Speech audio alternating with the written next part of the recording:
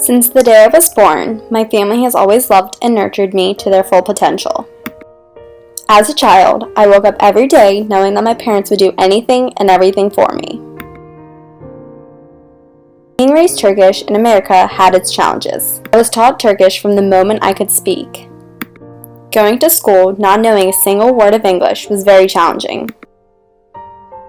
Although I learned an elementary school vocabulary very fast, it was a hard transition from a Turkish-speaking home to an all-English-speaking community. When my sister noticed I was struggling in school, she told my parents. They didn't know what to do.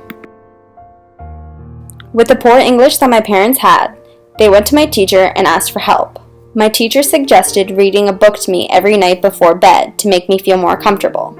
Since reading children books is not customary in our culture, they thought it was a little odd at first, but took my teacher's advice anyway.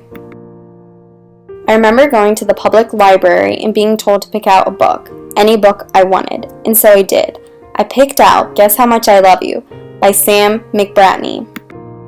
This book was read to me every night, and since my parents had very broken English, my sister, who was only a few years older than me, would read it, while my parents listened. As time went on, my parents learned the words to the book and were able to take turns reading to my sister and I both. This book showed me that no matter the situation, my family would always love me. When my family read me this book, I realized that there were no barriers with love. After the book was read to me, I noticed that the unfamiliar language was unthreatening and felt very comfortable in my new environment at school. Soon enough, I was able to point to the words and sound them out myself. Before my parents knew it, I was reading the book to them. Still to this day, I have Guess How Much I Love You in my bookcase by my bed. It was words like, I love you this much, that made me realize that a parent's love is greater than anything.